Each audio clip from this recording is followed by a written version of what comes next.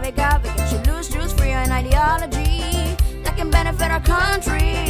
Look at our diversity, land of many waters and variety. If we say that we want unity, then we can do it through documentary.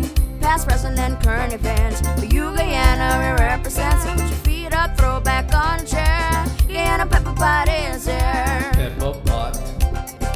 Hot, hot, hot. My pepper pot.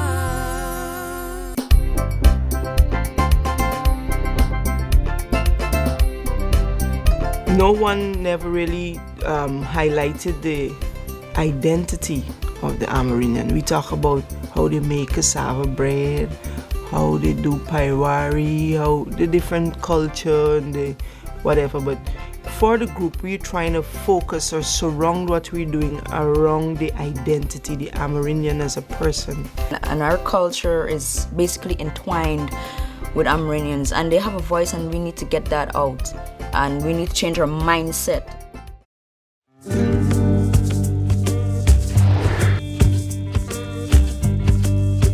To be an Amerindian is to have a unique way of life. It is the warmth of a home, thatched roof and earthen walls. It is the skill of hands, the magic of fire and flavor. It is the mystery of water. To be an Amerindian is to be an indigenous people, idyllic culture, and proud identity. To be an Amerindian is to believe.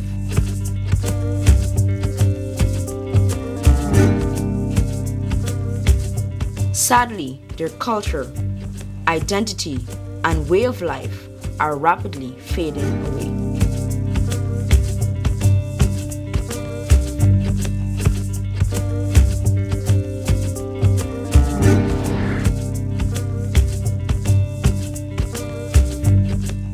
We Amerindian people have so many beliefs, but that is the way we are securing our livelihood while sustaining our cultural diversity. The Amerindians are losing their heritage and culture because of the development that we are having now. Like doing craft, handicrafts, farm work, hunting, fishing. We are not doing that anymore. We are living off of the shop. They're forgetting about cassava bread and farine. They're so ashamed about it because they went to either the secondary school or to university. They don't want to come down back anymore. They just want to be up there, and that is very bad. I was elected to Parliament in 1964, and I spent 16 years in Parliament. There were times when I was told that I had lost my status as an Amerindian. I can no longer be regarded as an Amerindian, which was hurtful. Once you are sort of promoted to a coastal culture, but I know better now that I am still an Amerindian. And we speak about culture. It's kind of hard, and sorry to say again, I don't even know my own language. Lost that language. So although I'm an Arawak, I cannot speak the language, which is, to me, a main part of our culture. We're supposed to speak Arawak, but we don't know anything about Arawak. So embarrassing. But I trust that there is a system that we could put in place, like for instance a training center, and get those who know to teach us about this. And it would be like going to school again, to only study a language.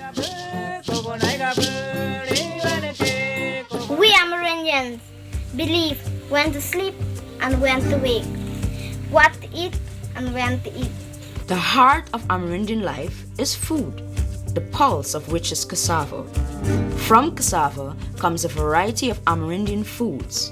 There is tumult pot, which is the Amerindian pepper pot and is made from cassava water. Cassava bread, made from grated cassava.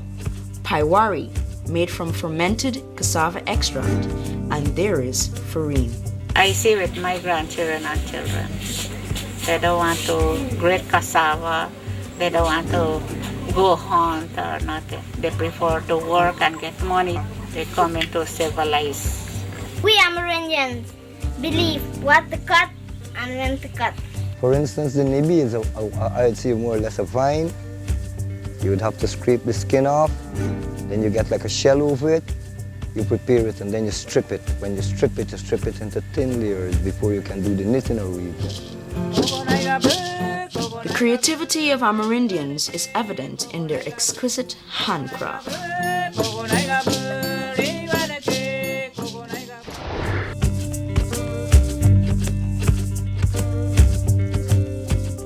I think it was very difficult sometimes to be able to get into a field like this, like broadcasting, because I think there was only one person of our ethnicity who was involved in broadcasting before I came along. When I was 15 years old, because of financial constraint, I happened to quit school. Employment, there is no employment here at Seabuy. We have to seek self-employment. And more or less we go and do like chainsaw work. Milling materials, and then whenever you get an order, you go to Port Kaitum or wherever. I've held on to this, to my simple job, Masida, because of those ideas and opinions that I had in the past. I have a role to play in any society, and in this community, I know I had a duty also in the past, and that is to help to promote or to lift the standard of health. And I think that's what we've done in the past. Although Amerindians have adopted to many conventional medicinal practices over time, they still hold strongly to some of their traditional practices, such as the use of bloodwood. We use it for like diarrhea. We can put it in some water, a glass of water, as well as we can use it for like wounds, like cut or different sores and so. It's a good medicinal plant. I mean, you use it for different things. You can even dye with it. You can dye like cloth, whatever with it, whatever you want to dye. Since the geographical span of villages is great, mobility for Amerindian life is another challenge. The people walk within these areas, within these villages, is like 18 miles. And it would be like 36 miles to wrong means of transportation is their foot. They walk to their farm, they walk to the fishing. There's only few could afford to have a motorcycle. If we are to fit in the modern society, we'll have to let go some of our traditions. This younger generation, right, and the older generation, they relive a different type of life. But what you got to remember years ago, we used to get the wild animal coming close by around the area. You don't go far for the wild animal. You could barely go spend a little 2 hours, you get to your bushag and you know more the animal. But nowadays, you have to go miles before you can get any animal. Even the fish going away, we're destroying the fish. Presently now in Canal Bank, you tie a seine that you can even catch a fish. Due to the pollution of the water, this of the water, you know.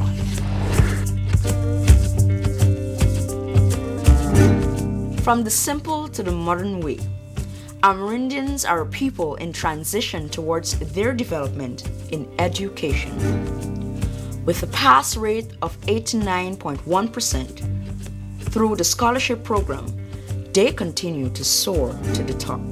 A school started here of 7 boys and 9 girls. That school started under a mango tree because there were no schools. Well, the Anna Secondary started with about 30 children, but which in these children we had to use them as guinea pigs for us to get the secondary school going.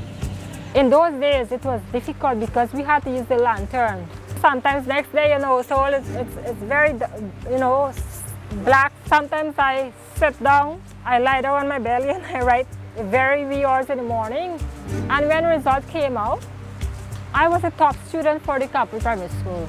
Hinterland Scholarship Program was started in 1961, and the awards were just given to 6 students. It was difficult for us to achieve, to go to the university and to get scholarship to the other high school in Georgetown because of the quality of the teaching here.